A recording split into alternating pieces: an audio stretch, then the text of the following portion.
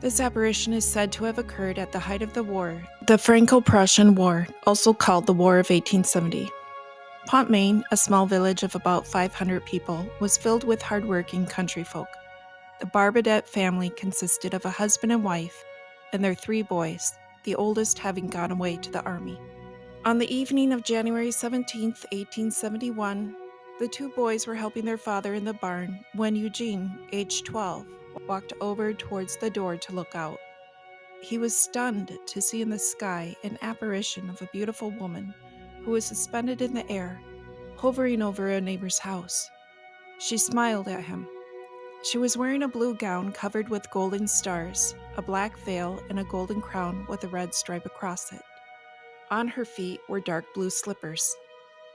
Eugene's brother, Joseph, aged 10, went to see what Eugene was staring at, and he too saw the beautiful lady. Their father, seeing the boys' excitement, looked outside as well, but all he saw were 3 bright stars in the sky in the form of a triangle. Now the mother, hearing all the excitement, came outside to see what the fuss was about. But seeing nothing, she went back into the house to get her glasses. She came out to look. Still nothing. The 2 parents insisted to the boys that they were seeing things and told them to come in for their dinner.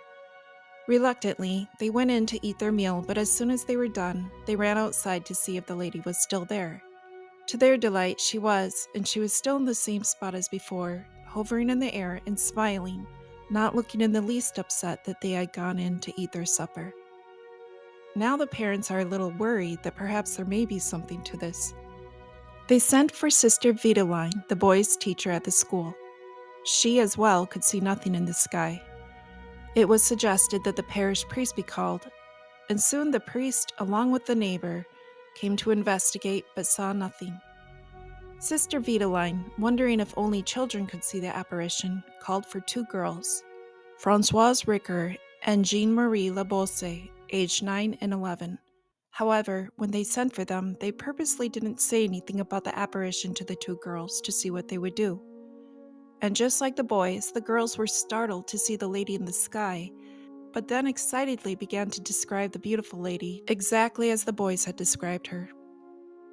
Soon, word of the miraculous vision spread throughout the village, and a crowd of about 60 adults came to see if they could also see the lady. As before, only the children could see her, and the adults only saw 3 stars in a triangle. The parish priest suggested praying the rosary. As they prayed, the children saw the golden stars on the garment multiply until it was almost completely gold. Then, a banner unfurled beneath the lady's feet. Slowly, as though written by an invisible hand, golden letters appeared. The message read, "But pray, my children." Upon hearing the message read aloud by the children, the adults started to pray the litany of the Blessed Virgin. Now, more words began to appear on the banner. "My son." At these new words, the crowd is sure that the woman is the Blessed Virgin Mary. They prayed a 5th prayer, and the message is finished with, "Is waiting for you." The people now begin to sing a popular hymn in Pontmain, Mother of Hope. At this song, Our Lady smiles and laughs and moves her hands in time with the music. At this, the children began to point and squeal with glee. The crowd of adults then began to sing another song, My Sweet Jesus. At this song, the lady became very sad, and a red crucifix appeared in her hands. The words Jesus Christ appeared over the crucifix, and she gazed sorrowfully at the red crucifix as the crowd sang the song. At the end of the song, they began a new one and sang, Ave Maria Stella. At this, the crucifix disappeared, and the lady began to smile again, although with a hint of sadness remaining. 2 small white crosses then appeared over her shoulders as though resting on them.